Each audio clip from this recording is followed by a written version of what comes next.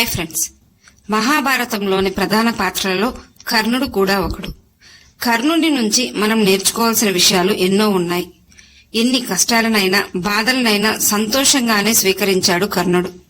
తన జీవితాంతం కర్మనే నమ్మాడు. క్షత్రియుడు అయినప్పటికీ సూతపుత్రునిగా పెరిగి ఎన్నో అవమానాలను ఎదుర్కొన్నాడు. ఎంతో గొప్ప దానగుణం కలవాడు కర్ణుడు.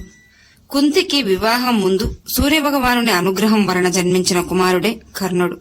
కాని సూతుల ఇంట పెరిగాడు. పాండవులు కాకుండా కర్ణునికి ఇంకా సోదరులున్నారు. వారెవరు?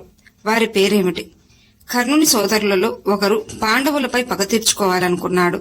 ఆ సోదరుడు ఎవరు? ఆ పగ వెనుక కారణాలేంటి? కర్ణునికి అతని సోదరుల మధ్య అనుబంధం ఎలా ఉండేది? కర్ణుని సోదరులు కురుక్షేత్ర యుద్ధం తర్వాత ఏమయ్యారు? ఇలాంటి సందేహాలన్నింటికీ సమాధానాలు ఈ వీడియోలో తెలుసుకుందాం. వీడియో చూస్తున్న వారిలో ఎవరైనా శ్రీకృష్ణుని భక్తులు ఉన్నట్లయితే తప్పకుండా జై శ్రీకృష్ణ అని కామెంట్ చేయండి. అంతకంటే ముందు ఎవరైనా మన ఛానల్ ని ఫస్ట్ టైం చూస్తుంటే ప్లీజ్ సబ్స్క్రైబ్ చేసుకోండి. అలాగే ఈ వీడియోని తప్పకుండా లైక్ చేయండి. మీ ఒక్క లైక్ మాకెంతో సపోర్ట్ నిస్తుంది. కర్ణుడు గొప్ప దానగుణం, వీరగుణం కలవాడు. అందుకే దానవీర సూరకర్ణుడిగా పిలువబడ్డాడు.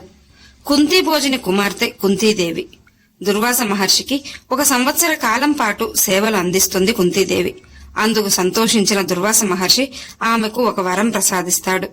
కుంతీదేవికి ఒక మంత్రం చెప్పి ఆమెకు ఇష్టమైన దైవాన్ని తలుచుకుని ఆ మంత్రాన్ని జపిస్తే వెంటనే ఆ దైవానుగ్రహంతో బిడ్డ జన్మిస్తాడని దుర్వాస మహర్షి ఆశీర్వదించి వెళ్లిపోతాడు. కుంతీదేవి దుర్వాస మహర్షి ఇచ్చిన మంత్రాన్ని పరీక్షించాలనుకుంటుంది. ఒకరోజు ఉదయాన్నే అప్పుడే ఉదయిస్తున్న సూర్యభగవానుని తలుచుకుని దుర్వాస మహర్షి ఇచ్చిన మంత్రాన్ని జపిస్తుంది. వెంటనే సూర్యభగవానుని అనుగ్రహంతో కుంతికి బిడ్డ జన్మిస్తాడు. ఆ బిడ్డ జన్మించడమే కవచకుండలాలతో జన్మిస్తాడు. ఆ బిడ్డను చూసిన కుంతీదేవి ఎంతో కంగారు పడిపోతుంది. వివాహం జరగకముందే బిడ్డ జన్మించాడని తెలిస్తే తన తండ్రికి గౌరవ మర్యాదలకు అలాగే సమాజంలో వారికి చెడ్డ పేరు వస్తుందని భావిస్తుంది కుంతీదేవి. ఆ బిడ్డను ఒక పెట్టెలో పెట్టి ఆమె వద్ద ఉన్న బంగారు నగలను అందులో పెట్టి నీటిలో వదిలేస్తుంది. నీటిలో కొట్టుకుపోతున్న ఆ పెట్టె ఒక రథసారథికి కనిపిస్తుంది. వెంటనే ఆ రథసారథి ఆ పెట్టెను తెరిచి చూడగా అందులో ఒక బిడ్డ అలాగే ఆ బిడ్డతో పాటు బంగారు నగలు కనపడతాయి. ఎవరో గొప్ప ఇంటి బిడ్డ అని గ్రహిస్తాడు రథసారథి. ఆ బిడ్డను తీసుకెళ్లి తన భార్య రాధ చేతిలో పెడతాడు. అప్పటి నుండి ఆ బిడ్డను వారిద్దరూ ఎంతో ప్రేమగా పెంచి పెద్ద చేశారు. కన్నబిడ్డ కంటే ఎక్కువ ప్రేమ చూపేవారు రథసారథి అలాగే అతని భార్య రాధ. ఆ బిడ్డ ఎవరో కాదు, కర్ణుడు. అలా కర్ణుడు కుంతికి జన్మించినప్పటికీ రాధ అలాగే రథసారథుల దంపతుల వద్ద పెరిగాడు. క్షత్రియ వంశంలో పుట్టి క్షత్రియుడైనప్పటికీ కర్ణుడు సూతుల ఇంట పెరిగి సూతపుత్రునిగా పిలువబడ్డాడు. కర్ణునికి విలువిద్యపై ఉన్న మక్కువతో ద్రోణాచార్యుడు విద్య నేర్పడానికి తిరస్కరించిన పరశురాముని వద్ద చేరి గొప్ప విలుకాడయ్యాడు. కర్ణుణ్ణి పెంచిన రాధ రథసారథులకు 7 మంది కుమారులు ఉన్నారు. వారే వృకరథ, శత్రుంజయ, సంగ్రామజిత్, శోణ, విపద, కృతసేన. ఒకరి పేరు పెద్దగా ప్రస్తావన లేదు, కాని అతను చేసిన యుద్ధం గురించి మహాభారతంలో వివరించబడింది. కాని రాధ దంపతులు మాత్రం వీరందరికంటే కర్ణున్నే ఎక్కువ ప్రేమగా పెంచారు. అందుకే కర్ణునికి రాధేయ అనే పేరు కూడా వచ్చింది. కర్ణుడు తన జీవితమంతా కర్మనే నమ్మాడు. ఎన్ని సమస్యలు, ఎన్ని అవమానాలు, ఎన్ని బాధలు ఎదురైనా అన్నింటినీ సంతోషంగా స్వీకరించాడు. కర్ణుడు ఒక బ్రాహ్మణుడనే అబద్ధం చెప్పి పరశురాముని వద్ద విలువిద్య నేర్చుకున్నాడు. నిజం తెలిసిన పరశురాముడు కోపంతో నువ్వు నేర్చిన విద్య నీకు కష్టకాలంలో గుర్తుకురాదు అంటూ శపించాడు. అలాగే కర్ణుడు ఒకసారి పసిపాప కోసం నేలపై పడ్డ నెయ్యిని చేతితో పిండి తీయడం వలన భూదేవి శాపానికి కూడా కర్ణుడు గురవుతాడు. కర్ణుని సోదరులకు కూడా విలువిద్య శిక్షణ ఇప్పించాడు. పాండవులు అజ్ఞాతవాస కాలం విరాట రాజ్యంలో చేరతారు. అజ్ఞాతవాస సమయం చివర్లో గోవులను అపహరించిన కౌరవుల కారణంగా కౌరవ సైన్యంకు విరాట సైన్యంకు మధ్య యుద్ధం జరుగుతున్న సమయంలో అర్జునుడు కౌరవ సైన్యంపై వీరవిహారం చేస్తాడు.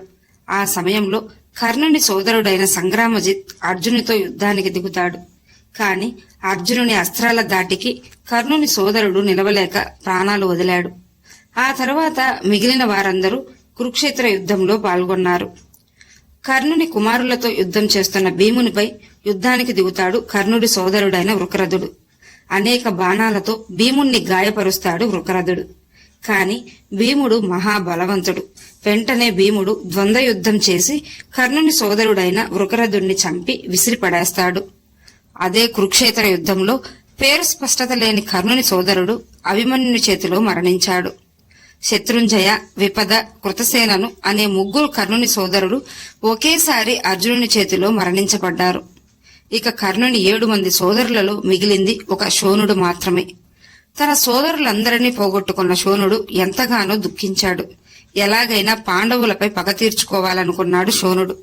తన సోదరుడైన కర్ణుణ్ణి ఎన్నోసార్లు అవమానించారన్న కోపం, ద్వేషం ఒకవైపు, అలాగే తన సొంత అన్నలను చంపారన్న కోపం ఇంకొక వైపు, పాండవులపై అత్యంత ద్వేషాన్ని పెంచుకున్నాడు శోణుడు.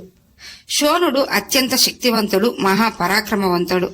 కాని కురుక్షేత్ర యుద్ధంలో పాండవులపై పగ తీర్చుకోవాలనుకున్న శోణుడు అర్జునుని చేతిలో మరణించాడు. కర్ణుని సోదరులందరూ పాండవుల చేత వధించబడ్డారు. చివరకు కర్ణుడు కూడా తనకున్న శాపాల కారణంగా కురుక్షేత్ర యుద్ధం 17వ రోజున అర్జునుని చేతిలో మరణించాడు. కర్ణుని మరణం ఎంతో మంది మనసులను కలిచివేసింది. అదేవిధంగా కర్ణుని మరణ వార్త విన్న కుంతీదేవి ఎంతగానో విలపించింది.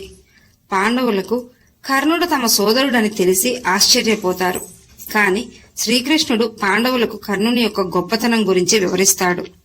కురుక్షేత్ర యుద్ధంకు ముందు మీ తల్లి అయిన కుంతీదేవి కర్ణుణ్ణి కలిసి మీ పక్షానికి రమ్మని కోరింది. అందుకు నిరాకరించాడు కర్ణుడు. అలాగే నేను కూడా అంతకంటే ముందే కర్ణుణ్ణి కలిసి తన జన్మరహస్యం చెప్పి మీ వైపు పోరాడమని చెప్పాను. అందుకు కూడా నిరాకరించాడు కర్ణుడు. దుర్యోధనుడి వల్ల వచ్చిన గౌరవ మర్యాదల కారణంగా జీవించి ఉన్నంత కాలం దుర్యోధనుడికి విధేయుడుగానే ఉంటానని కర్ణుడు చెప్పాడు. కర్ణునికి మీరు తన సోదరులని కురుక్షేత్ర యుద్ధంకి ముందే తెలుసు. కుంతీదేవికి మాటిచ్చాడు కర్ణుడు, అర్జునుణ్ణి మినహా మిగిలిన వారెవ్వరినీ వధించనని. అందుకే కర్ణుడు యుధిష్ఠిరునితో యుద్ధం చేసినప్పుడు నిరాయుధుడైన వెంటనే కర్ణుడు తన బాణాలను సంధించడం ఆపేశాడు. అలాగే భీమునితో యుద్ధం చేసి కూడా భీముణ్ణి ఓడించి ప్రాణాలతో వదిలేశాడు. నకుల సహదేవులపై కర్ణుడు ఎప్పుడూ తన కోపాన్ని, ద్వేషాన్ని చూపలేదు. అలాగే కురుక్షేత్ర యుద్ధంలో కూడా వారిని ఓడించి ప్రాణాలతో వదిలేశాడు. ఇక అర్జునుని విషయానికొస్తే కర్ణుడు తన శాపాల కారణంగా తను నేర్చిన విద్య గుర్తుకు రాలేదు. ఎంతో శక్తివంతమైన కర్ణుడు నిరాయుధుడై వధించబడ్డాడు. కర్ణుణ్ణి తన సోదరునిగా అంగీకరించిన పాండవులు కర్ణుని అంతిమ సంస్కారాలు జరిపించారు. ఈ వీడియో మీకు నచ్చినట్లయితే లైక్ చేయండి, షేర్ చేయండి, అలాగే సబ్స్క్రైబ్ చేసుకుని పక్కనే ఉన్న బెల్ ఐకాన్ని ఆన్లో ఉంచుకోండి. Thanks for watching.